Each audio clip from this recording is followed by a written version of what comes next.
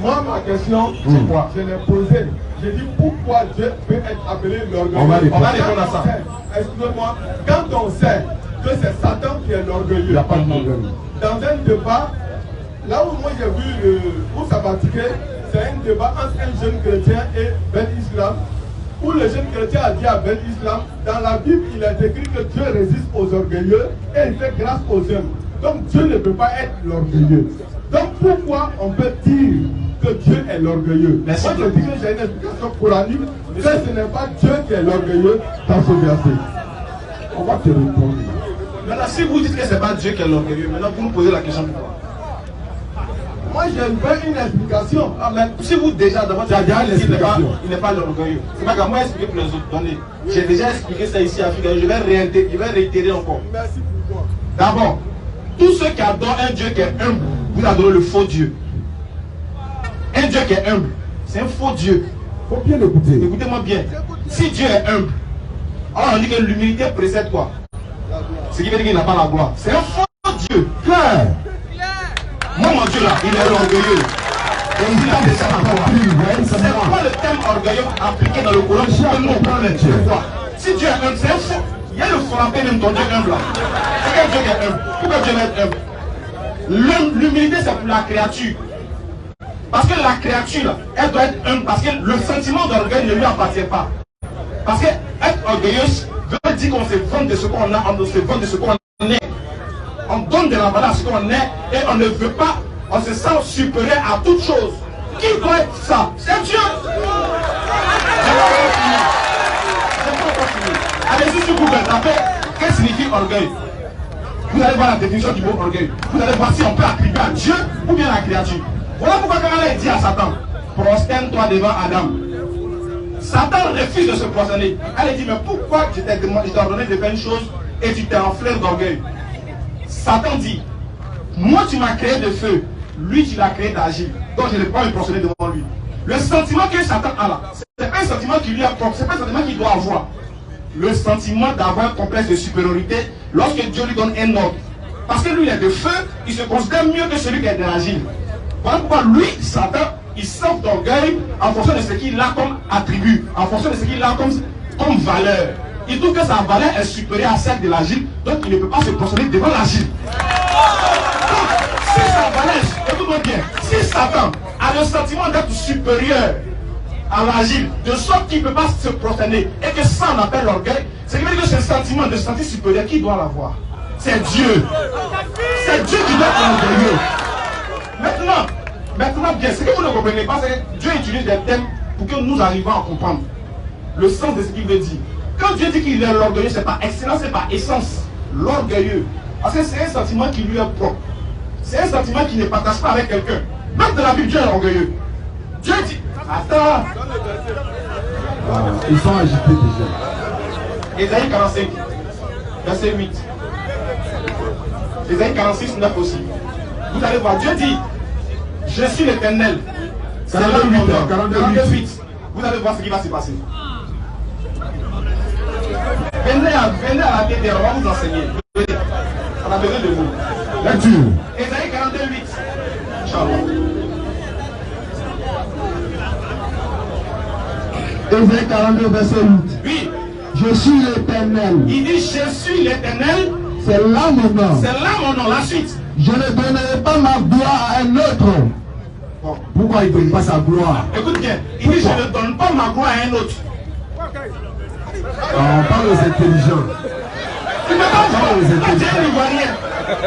Attends, toi tu es un Ivoirien. Ça veut dire, quand Dieu dit, je ne donne pas ma gloire à personne, à aucun d'entre vous là, c'est un signe d'orgueil. Ce qui veut dire, il ne peut jamais se rabaisser, il ne peut jamais partager sa gloire. Quand il dit, écoute-moi bien, quand il dit, tu n'adoreras aucun être à part moi, et que je suis un Dieu, d'ailleurs dans la Bible on dit, moi Dieu il est jaloux. Oui.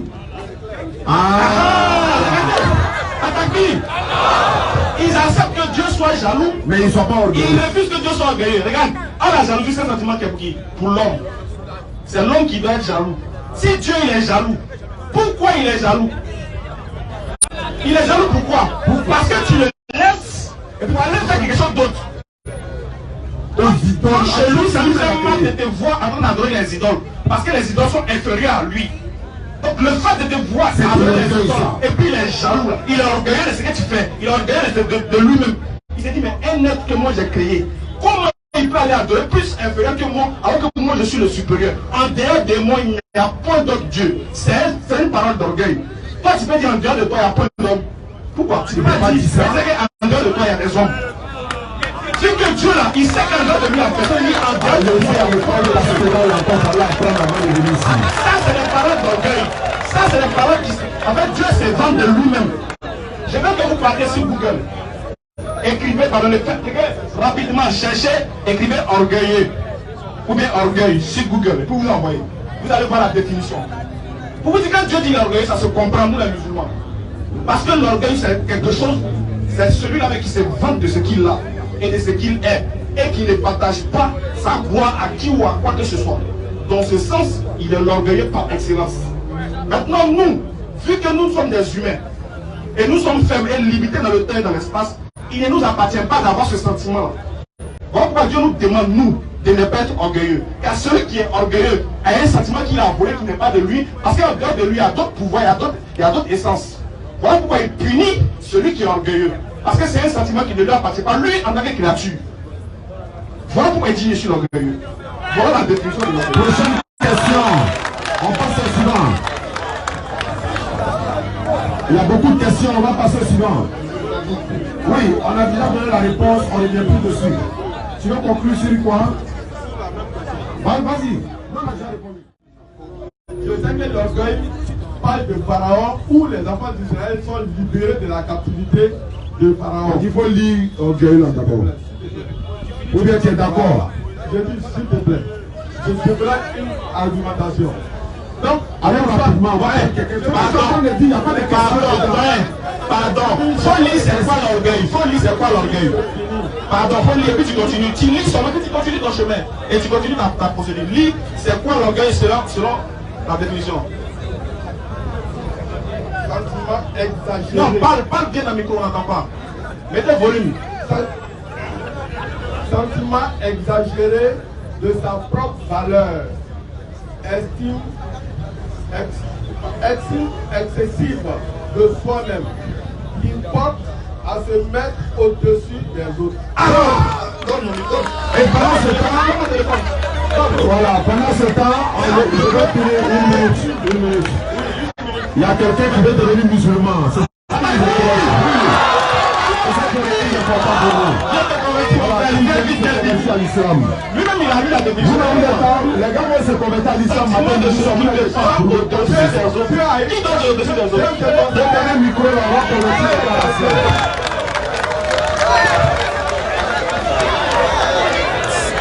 Attends, on est